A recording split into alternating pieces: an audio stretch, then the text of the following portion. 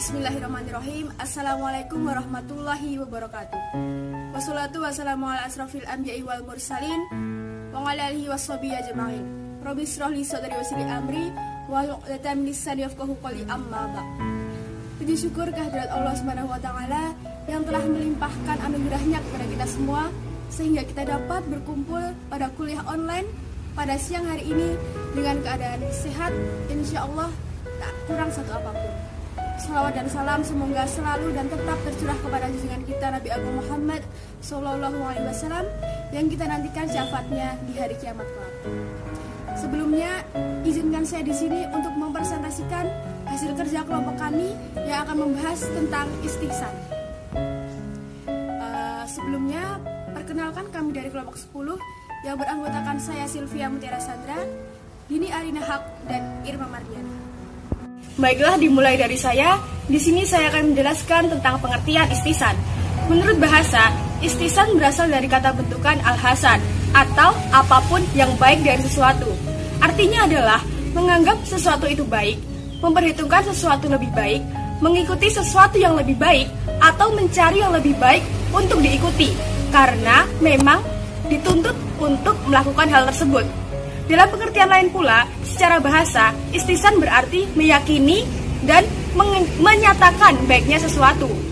Sedangkan menurut istilah, istihsan bermakna berpalingnya dari tuntutan qiyas yang nyata kepada tuntutan qiyas yang samar, atau meninggalkan hukum umum untuk menjalankan hukum pengecualian karena disebabkan adanya dalil yang memuat logika untuk membenarkannya. Adapun definisi istihsan menurut beberapa tokoh, yaitu yang pertama menurut Imam Al-Bazawi. Beliau berpendapat bahwa istihsan adalah berpalingnya dari kehendak qiyas kepada qiyas yang lebih kuat, atau pengkhususan qiyas berdasarkan dalil yang lebih kuat. Yang kedua adalah menurut As-Sarahsi. Beliau berpendapat bahwa istihsan berarti meninggalkan qiyas dan mengamalkan yang lebih kuat dari itu, karena adanya dalil yang lebih kuat dan karena adanya dalil yang menghendakinya, serta lebih sesuai dengan kemaslahatan umat manusia. Dari berbagai definisi tersebut, dapat dipahami bahwa pada hakikatnya istihsan itu adalah keterkaitan dengan penerapan ketentuan hukum yang sudah jelas dasar dan kaidahnya secara umum, baik dari nas, ijma, atau qiyas. Tetapi ketentuan hukum yang sudah jelas ini tidak dapat diberlakukan dan harus diubah karena berhadapan dengan persoalan yang lebih khusus dan lebih spesifik. Dengan demikian, istihsan pada dasarnya adalah ketika seorang mujtahid lebih cenderung dan memilih hukum tertentu dan meninggalkan hukum yang lain disebabkan karena satu hal yang dalam pandangannya lebih menguatkan hukum yang kedua daripada hukum yang pertama. Akhirnya, persoalan khusus yang seharusnya tercakup ada ketentuan yang sudah jelas, tetapi karena tidak memungkinkan dan tidak dapat diterapkan, maka harus berlaku ketentuan khusus sebagai pengecualian dari ketentuan umum atau ketentuan yang sudah jelas.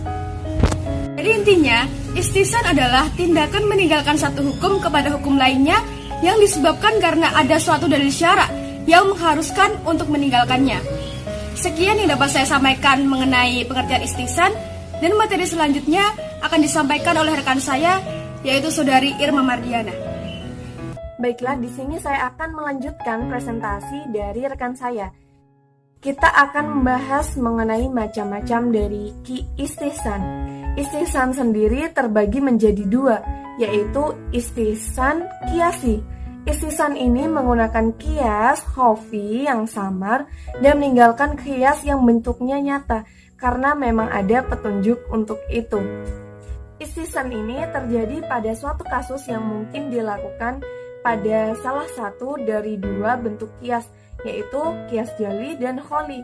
Contoh dari istihsan qiyas ini adalah menurut mazhab Hanafi, bila seseorang mewakafkan sebidang tanah pertanian, maka termasuk yang diwakafkannya itu hak pengairan, hak membuat saluran air di atas tanah itu, dan sebagainya. Hal ini ditetapkan berdasarkan istihsan. Nah, kalau menurut qiyas jali atau yang nyata, hak-hak tersebut tidak mungkin diperoleh karena mengkiaskan wakaf itu dengan jual beli. Yang paling penting dalam jual beli adalah pemindahan barang atau hak milik dari penjual kepada pembeli. Jika wakaf dikiaskan kepada hukum jual beli, berarti di sini yang terpenting adalah hak milik itu sendiri. Sedangkan menurut istihsan sendiri, hak tersebut diperoleh dengan mengkiaskan wakaf itu kepada sewa menyewa. Kepada sewa menyewalah yang penting ialah pemindahan hak memperoleh manfaat dari pemilik barang kepada penyewa barang. Demikian pula dengan halnya wakaf. Yang penting wakaf ialah agar barang atau yang diwakafkan tersebut dapat dimanfaatkan. Jika kita mengambil contoh sebidang tanah yang tadi, sebidang tanah tersebut hanya dapat dimanfaatkan jika memperoleh pengairan yang baik. Jika wakaf itu dikiaskan kepada jual beli, maka tujuan dari wakaf tersebut tidak akan tercapai. Karena itu perlu dicari asal yang lain, yaitu sewa menyewa. Kedua peristiwa ini ada persamaan ilatnya, yaitu mengutamakan manfaat barang atau harta, tetapi kiasnya adalah kias khafi atau samar. Karena ada suatu kepentingan, yaitu tercapainya tujuan wakaf, maka dilakukanlah perpindahan dari kias yang jali kepada kias yang khafi, yang disebut dengan istihsan. Yang kedua yaitu istihsan istisnai. Istihsan ini adalah hukum pengecualian dari kaidah-kaidah yang berlaku umum, karena ada petunjuk untuk hal tersebut. Istihsan ini terbagi menjadi beberapa macam, yaitu yang pertama istihsan bin nas, yaitu pengecualian berdasarkan nas, Al-Quran dan As-Sunnah dari kaidah yang bersifat umum yang berlaku bagi kasus-kasus serupa. Contoh dari istihsan bin nas adalah hukum jual beli al-salam, yaitu menjual sesuatu yang telah jelas sifatnya namun belum ada zatnya atau bentuknya saat akad dengan harga yang dibayar di muka. Walaupun berbeda model jual beli pada umumnya yang telah disyariatkan, namun jual beli ini diperbolehkan berdasarkan hadis Nabi yang saat itu Nabi sedang datang ke Madinah. Beliau menemukan hal yang sama dengan ini. Barang siapa yang melakukan jual beli atau al-salaf, maka hendaklah melakukannya dalam takaran dan timbangan yang jelas dan untuk jangka waktu yang jelas pula. Hadis riwayat Bukhari dan Muslim. Yang kedua yaitu istihsan berdasarkan ijma. Jadi istihsan ini terjadinya sebuah ijma baik yang sharih maupun sukuti terhadap sebuah hukum yang menyelisihi kias atau kaidah hukum. Contoh dari istihsan berdasarkan ijma yaitu diantaranya adalah masalah penggunaan kamar mandi umum tanpa adanya pembatasan waktu dan kadar air yang digunakan. Secara kias seharusnya hal ini tidak dibolehkan dan tidak dibenarkan karena adanya ketidakjelasan dalam waktu dan kadar air. Akan tetapi hal ini diperbolehkan atas dasar istihsan pada ijma yang berjalan sepanjang zaman dan tempat yang tidak mempersoalkan hal tersebut. Bentuk yang ketiga yaitu istihsan berdasarkan urf atau adat dan kebiasaan. Istihsan ini meninggalkan apa yang menjadi konsekuensi kias menuju hukum lain yang berbeda makna urf yang umum berlaku, baik urf yang bersifat perkataan maupun perbuatan. Contohnya yaitu jika kita lihat berdasarkan sifat perkataannya, yaitu jika seseorang bersumpah untuk tidak masuk ke dalam rumah manapun, lalu ternyata dia masuk ke masjid, maka dalam kasus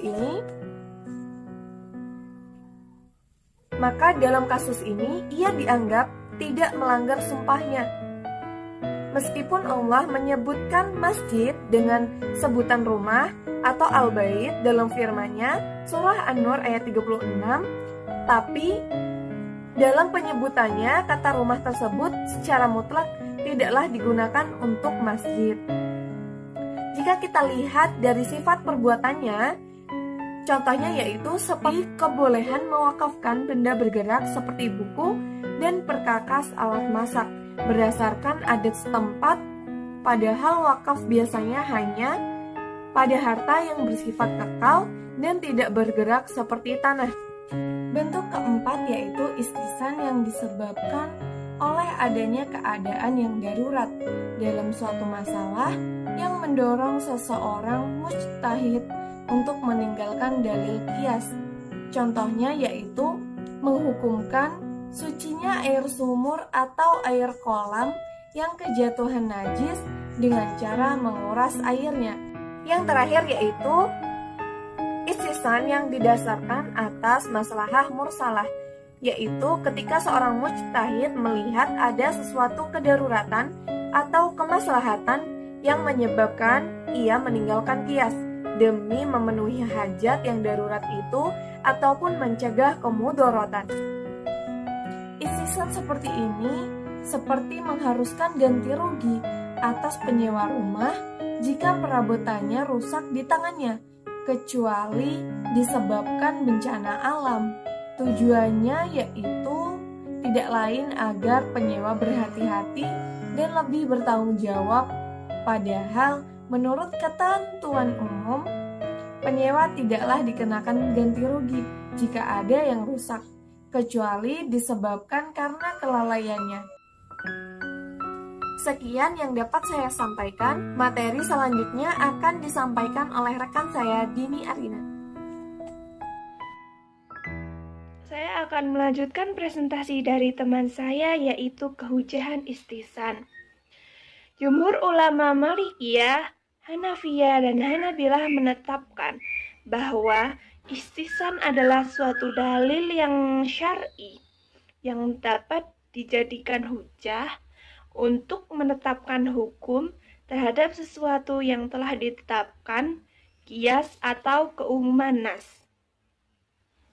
Nah, sedangkan golongan Syafi'iyah menolak istighsan karena berhujah dengan istighsan dianggap menetapkan suatu hukum tanpa dasar yang kuat, hanya semata-mata didasarkan hawa nafsunya.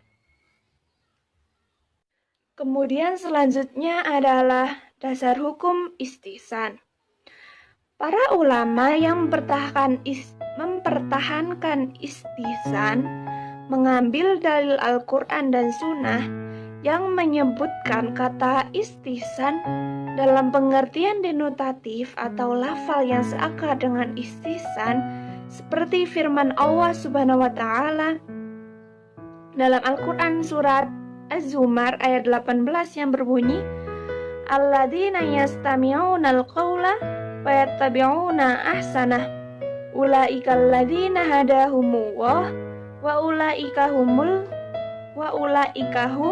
ulul albab, yang artinya yang mendengarkan perkataan lalu mengikuti apa yang paling baik di antaranya, mereka itulah orang-orang yang telah diberi Allah petunjuk, dan mereka itulah orang-orang yang mempunyai akal.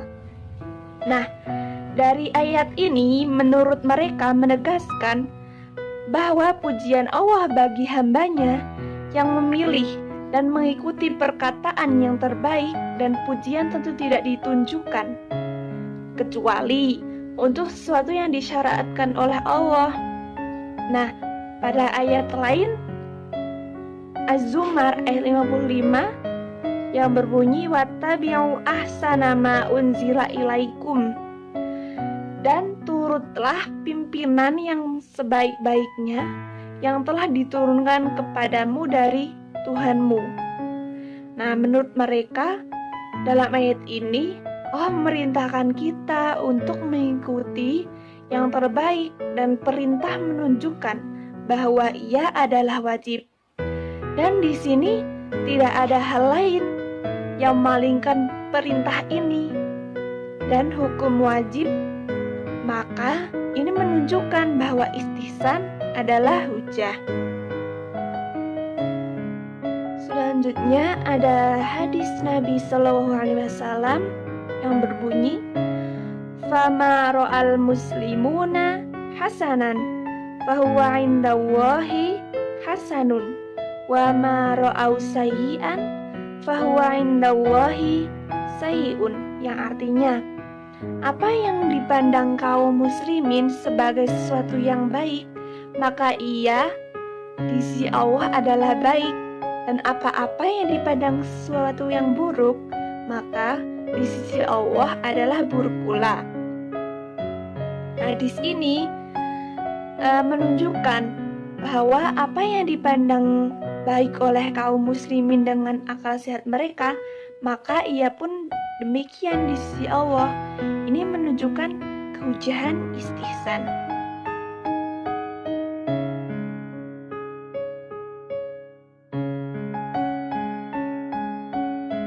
Dengan demikian, dapat disimpulkan bahwa istihsan yaitu ketika seorang mujahid lebih cenderung memilih hukum tertentu dan meninggalkan hukum yang lain disebabkan satu hal yang dalam pandangannya lebih menguatkan hukum kedua dari hukum yang pertama.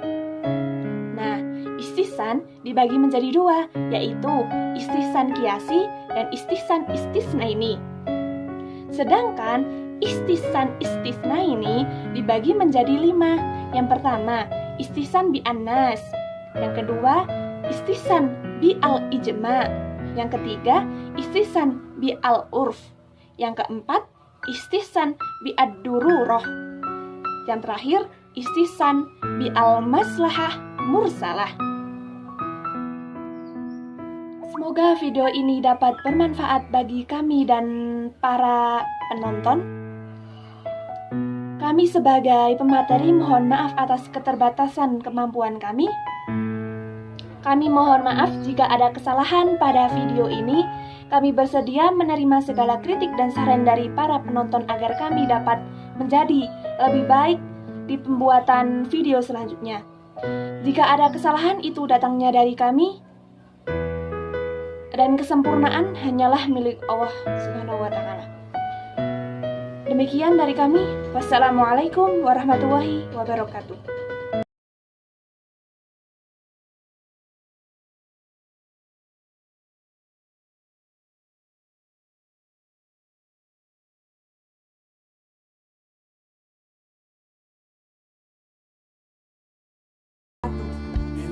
Saatnya memberikan jiwa yang berjelajah. Saatnya mensyukuri indahnya kemurahannya. Bersama kita leburkan kekhilafan Dan saum dan amalan solid. Dan keikhlasan dalam kita. Dan kita semua menjadi pilihannya untuk dikabulkan doanya dan kembali menjadi fitrah.